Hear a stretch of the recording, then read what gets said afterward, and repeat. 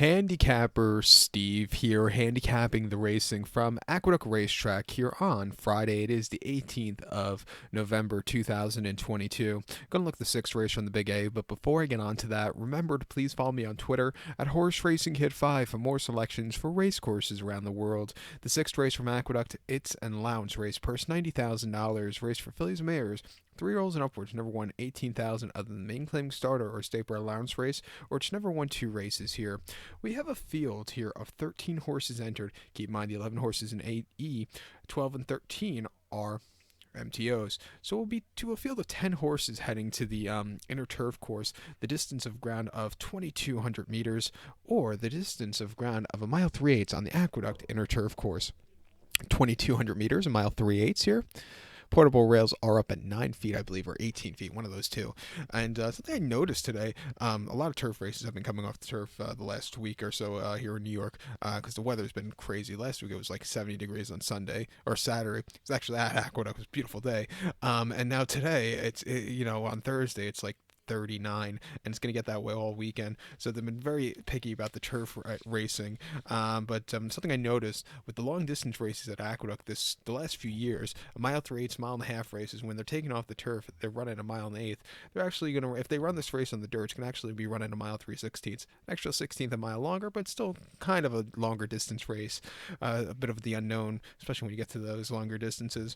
But I handicapped this race as a turf race. I think they could keep it on. I'm going to take the 5-horse personal best as a top selection. Let's go 5-1-8-6 in the superfecta. 5-1-8-6 super. Top selection of 5-horse personal best. 3-year-old Philip Tappet here. Shug McGahee trains. I Ready Teach Jr. gets the mount. The horse's most recent outing came 27th of October at Keeneland. About a mile and an eighth on the turf in a lounge race, 100,000. First time facing older horses. The horse finished second by a length that day, and he settled well towards the back pack. Really closed up well. He just missed, but I didn't think it was a half bad race. Refreshing here in New York, going to a longer trip again, which I think this horse should absolutely adore with a good posture, sitting forwardly paced. I think this horse could find the winner's circle. 2 back, the horse ran 8th of December, Kentucky Downs, mile 5/16 in the main special weight, and the horse won by 3 3/4 lengths that day. Had a little bit of a wide posture, but he got over well early on to save some ground. He slowly moved his way to the front end, and then he got the job done, not really getting the stick. An all-around good race. Took over a little bit of time to break the maiden, but I thought it was a very impressive maiden victor there.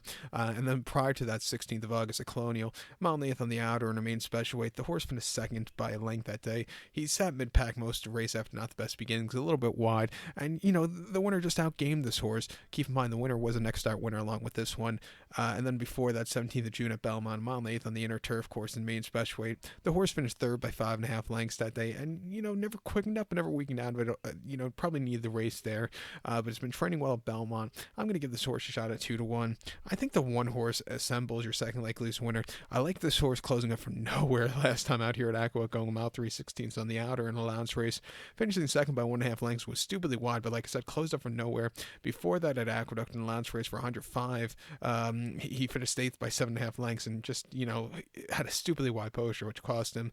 Then at Saratoga, going mile 3/16 on the Melon, he finished 10th by 9 lengths, and he just again was a little bit wide, but he finally gets a good posture. He'll probably see a turf with a little give in it.